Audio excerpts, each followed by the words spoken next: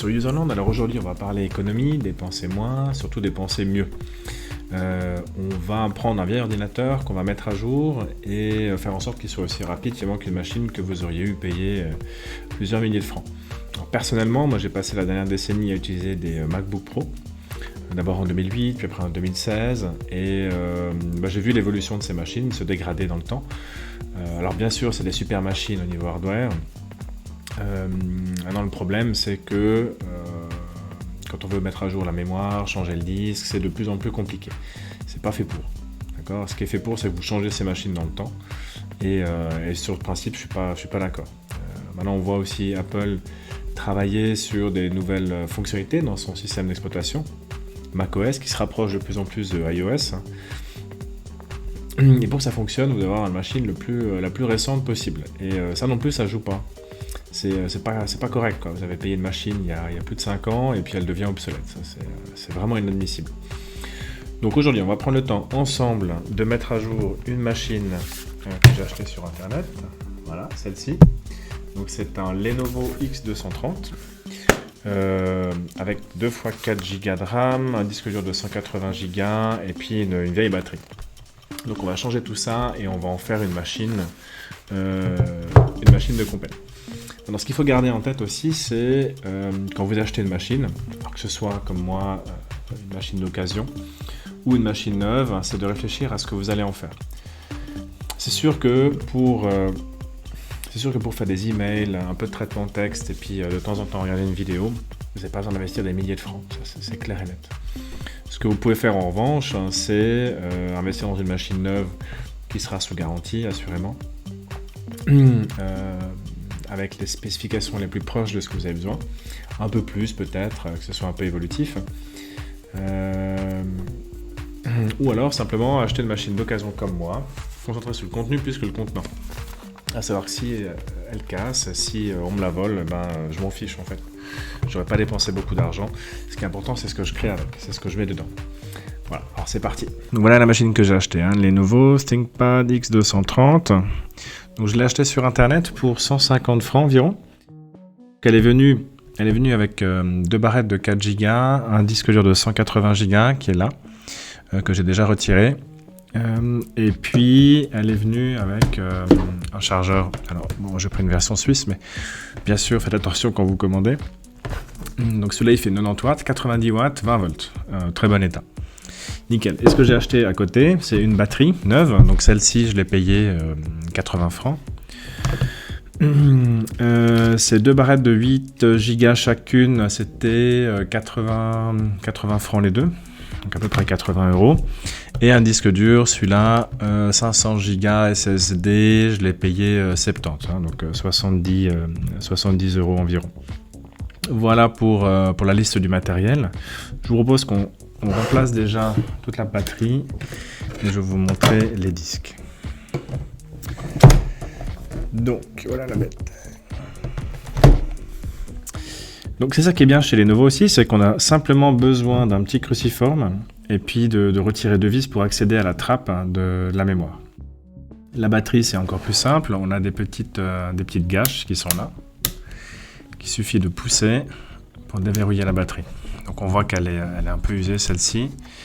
Donc ça c'est une originale Lenovo de 5300 mAh. Celle que j'ai achetée, pour être honnête, je pense pas que ce soit une originale. On voit pas du tout le branding de Lenovo, mais elle fonctionne très très bien. Donc, elle est vraiment compatible avec énormément de modèles Lenovo. Et voilà. Donc ça, c'est une version de 9 cellules. Vous voyez qu'il y a une petite différence. C'est une version plus grande. Ouais. Elle est plus grande parce que j'ai une plus grande capacité. Ok, on va mettre ça de côté. Recommandé d'enlever l'adaptateur secteur et la batterie pendant qu'on manipule l'intérieur du Lenovo. Donc on va retirer ça. Et voilà. Donc ça c'est les deux modules mémoire qu'on va retirer. Donc ça c'est ceux d'origine. Donc ils sont maintenus par des petites languettes qui sont là, de côté, ici, et ils sont insérés chacun de leur côté. Voilà, puis elle se lève toute seule en fait. On va la tirer en arrière, doucement. Voilà, ça fait une. La deuxième. Voilà.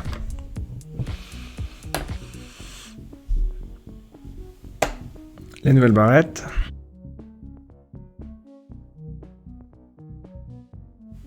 Alors, la première. La deuxième. Donc, vous ferez juste attention quand vous les insérez. D'accord, il y a un sens. Il y a un petit détrompeur en fait au milieu, on le voit ici. Hein. La petite fente, où elle doit justement correspondre à la fente qui est dans le...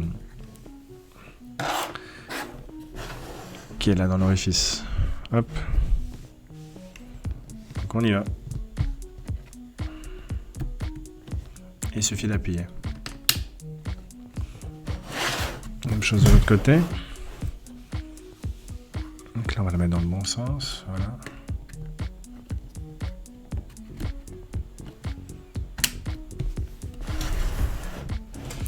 Et c'est terminé pour la mémoire. Donc on est passé de 8 Go à 16.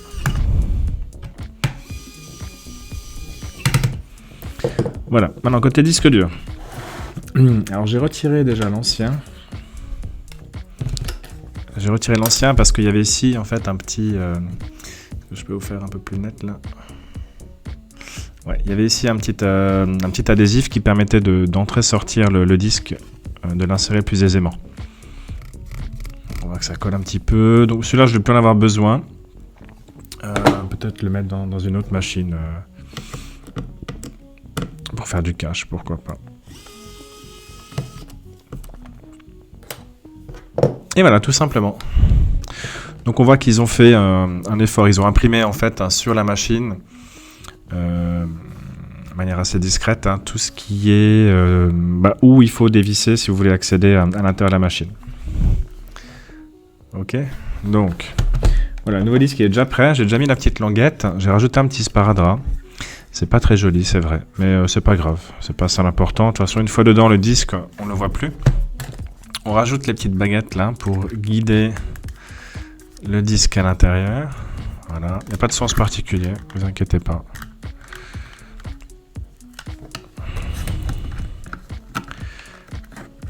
On y est. Et voilà.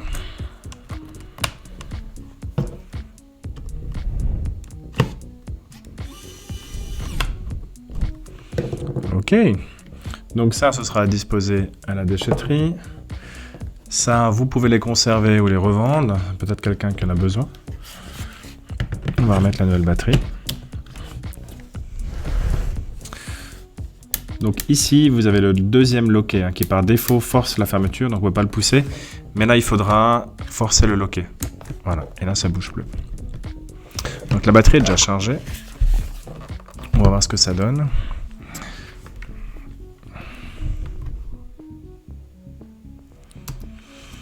Alors j'ai déjà installé un système, pour être honnête, sur le disque dur. Donc elle n'est pas chargée à 100% la batterie, on va juste voir un petit peu ce que ça donne. Voilà, donc on voit là le système, 16 Go de RAM, quad-core, et puis une batterie qui n'est pas pleine, mais j'ai encore 5 heures d'autonomie, plus de 5 heures. Voilà, donc ça clôt la première partie de la mise à jour de cette machine. Dans la deuxième partie, on va modifier le BIOS, qui est le système de base en fait, qui est en dessous du système d'exploitation. Voilà, merci de m'avoir suivi jusqu'ici. J'espère que cette vidéo vous a convaincu que vous pouvez faire des économies sans sacrifier les performances d'un ordinateur portable. Je vous donne rendez-vous dans la deuxième partie pour approfondir encore des optimisations éventuelles sur ce genre de machine. Merci, à bientôt!